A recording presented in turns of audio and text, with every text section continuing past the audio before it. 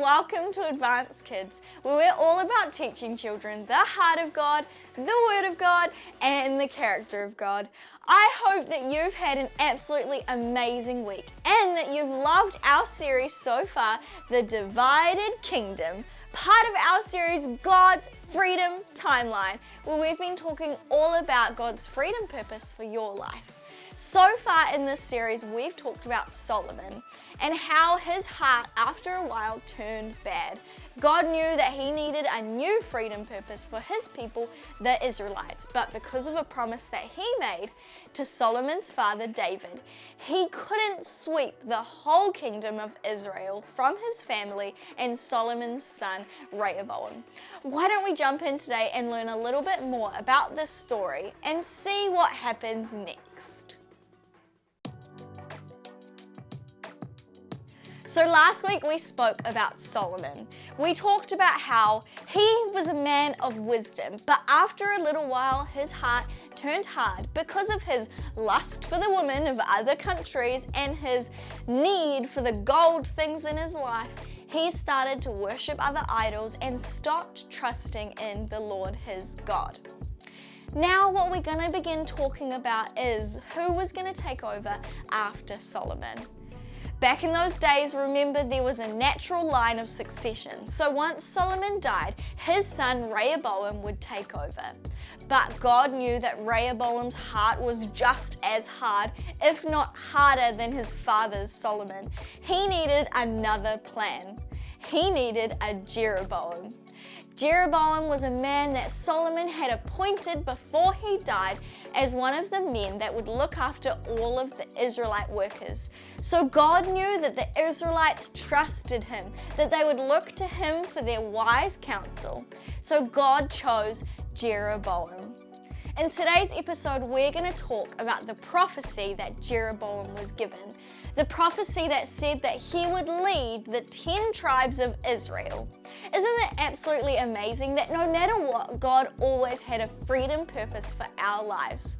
Solomon did wrong just like all of the men before him, but God still had a purpose for us. So he used Jeroboam.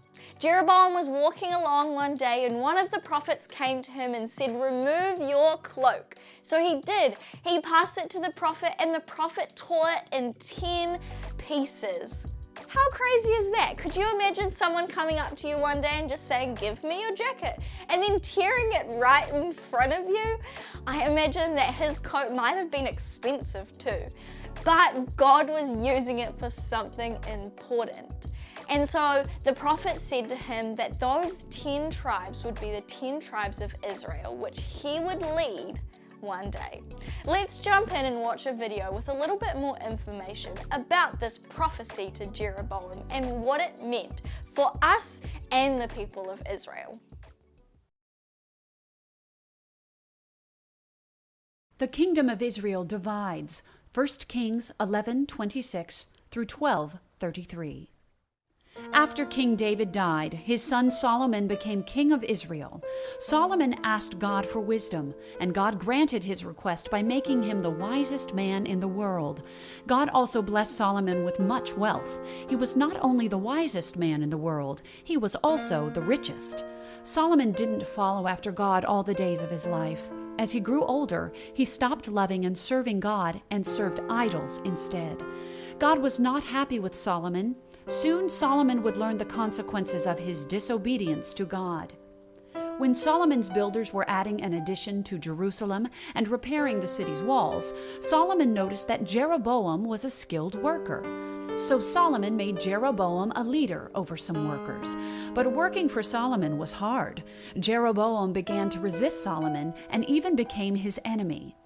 God had chosen Jeroboam to be a ruler of Israel after Solomon died.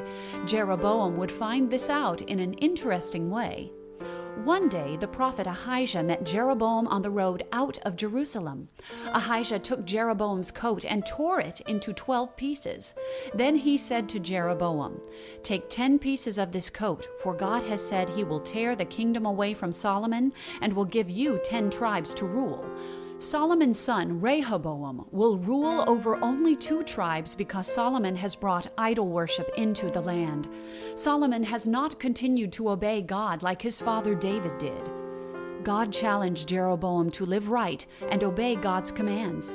If Jeroboam obeyed God, God would be with him and would give his family the throne in Israel for generations to come.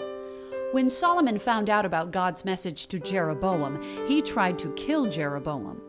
Jeroboam fled to Egypt. He returned to Israel only after he heard Solomon was dead. Wow, what an incredible prophecy. Could you imagine if one day a prophet just walked up to you and told you that you were going to be the leader of almost all the Israelite people? What an incredible thing, but totally crazy task that was bestowed upon Jeroboam. Well, why don't we all together remember what our memory verse was for this series? It is 1 Kings, say it with me, 1 Kings chapter 11, verse 31. One more time, 1 Kings chapter 11, verse 31. And it goes like this. Now I am about to tear the kingdom from Solomon's hand, and I will give you 10 tribes. One more time with me. I am about to tear the kingdom from Solomon's hand, and I will give you 10 tribes. Isn't that absolutely crazy? Having a prophecy from God saying that he's going to take it from the king and give it to Jeroboam. I couldn't even imagine being in his position. Well, that's us for this week. We've learned a little bit about Jeroboam and the prophecy that is going to change what Israel looks like forever.